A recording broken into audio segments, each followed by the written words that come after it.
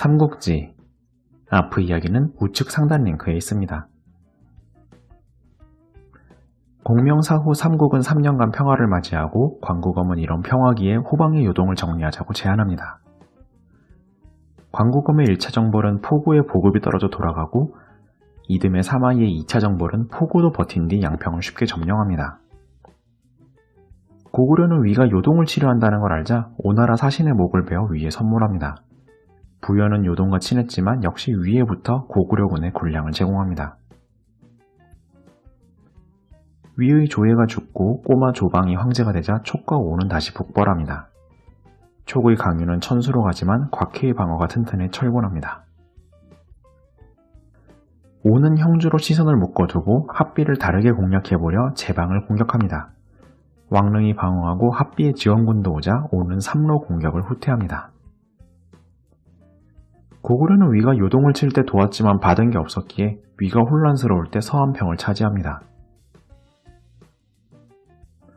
촉은 한중 대신 장강을 통해 상용 등으로 나아갈 계획을 세우고 한중을 비우지만 승상 장환의 건강이 안 좋아져 차에 피일 시간이 흐르게 됩니다.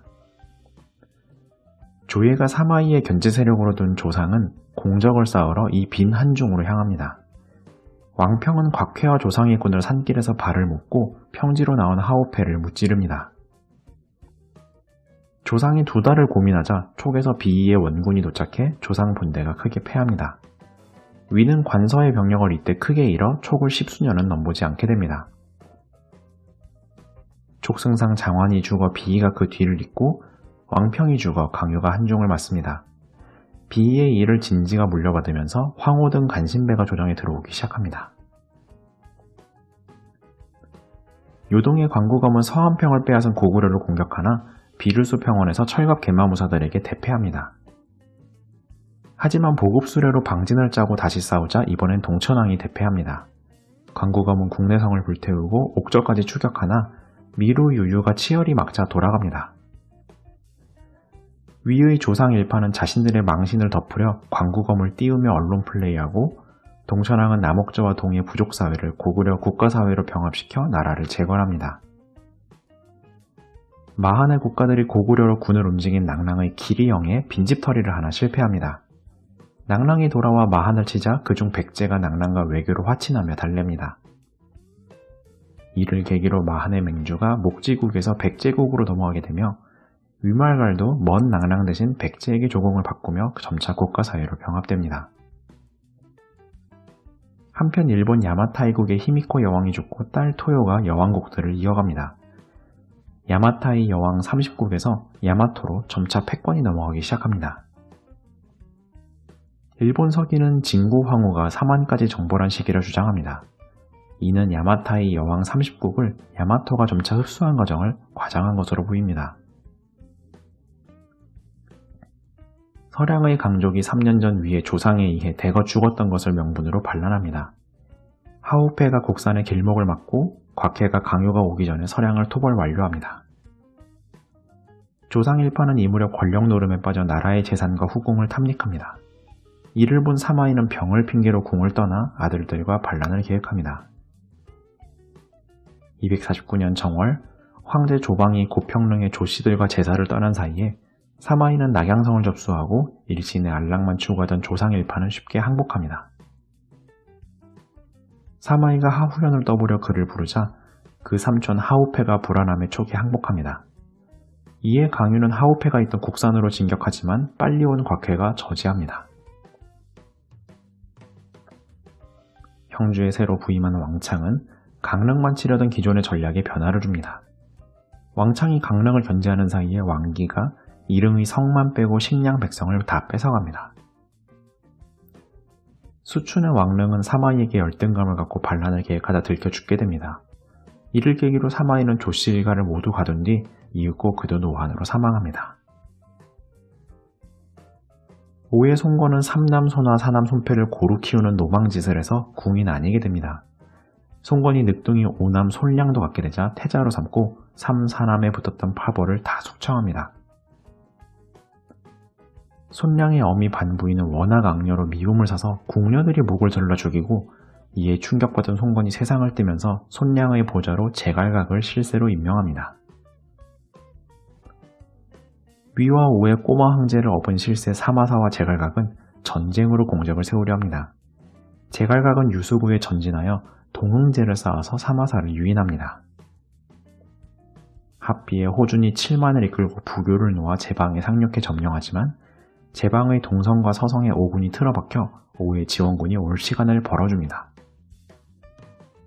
제갈각이 호준군을 몰살하자 왕창과 광구검의 군도 자연스럽게 후퇴합니다. 이로써 제갈각은 오나라 국민들의 인기는 받지만 신하들에게는 오만함 때문에 신망을 잃습니다. 위의 거짓 투항자가 연회에서 촉승상 비이를 암살합니다. 강유는 비이의 북벌 리미트 1만 명이 풀리고 마침 곽해도 아프다는 소리에 북진합니다. 하지만 곽해가 진태를 농서에 보내자 강유고는 허무하게 퇴각합니다. 오의 제갈각은 합비를 공략하는 업적을 세우고자 촉에 맞춰서 북진합니다. 사마사는 지연전을 위해 광구검에게 신성은 버리고 합비성만 지키라 명하는데 제갈각은 20만 군으로 신성의 3천조차 원군이 올 3개월간 뚫지 못하고 퇴각합니다. 제갈각이 자신의 패배를 인정 못하고 온갖 관료들을 숙청해내자 손준이 황제 손량에게 허락을 받고 연회 자리에서 오만한 제갈각을 제거합니다. 위에서 사마사에 대항해 황제 친인척들이 반란하나 들켜 제거됩니다. 황제 조방 역시 괘씸한 사마사를 죽이려 하나 사마사는 쉽게 황제를 갈아치웁니다. 위가 흔들리고 등에도 연암으로 갔다는 소식에 강유는 또 북벌합니다. 서지를 잡고 농서를 차지하나 서량은 알받기에는 부적합해 백성들만 데리고 옵니다. 사마사가 황제도 마음대로 바꾸는 모습에 관구검과 문음이 위의 제1군을 가지고 사마사 퇴진을 명분으로 반란을 일으킵니다. 사마사는 눈병이 난 와중에 친정을 나와 왕기로 하여금 곡물창고를 지킵니다. 문음의 아들 문왕이 선전했지만 반란군은 점차 와해되어 관구검은 객사합니다. 제갈탄이 재빨리 빈 수춘성을 점령하여 오는 문음 문왕 부자만 데리고 회군합니다. 사마사가 병중 친정으로 무리해 죽어서 사마소가 그 뒤를 잇습니다. 위의 혼란에 강요가 나서 거짓 양동작전으로 왕경을 유인하여 위의 관중정예 3만 군사 중 2만을 잃게 만들고 퇴각합니다. 사마소는 등해를 다시 관중에 보내고 등해는 이듬해 광유군을 괴멸시킵니다. 강유는 북벌 최대의 업적 최대 실패를 연달아 겪고 위나라와 총나라는 소강 상태를 가지게 됩니다. 사마소는 반사마씨의 황제파인 제갈탄을 도발하여 그가 먼저 반란하게 합니다. 제갈탄은 광구검의 실패를 교훈삼아 민심을 얻고 농성하며 오나라와 연계합니다. 사마소는 다시 왕기에게 선봉을 본인이 친정을 나서 수춘성을 포위합니다. 이 무렵 오에서는 손준이 급사하고 사촌동생 손침이 권력을 장악합니다.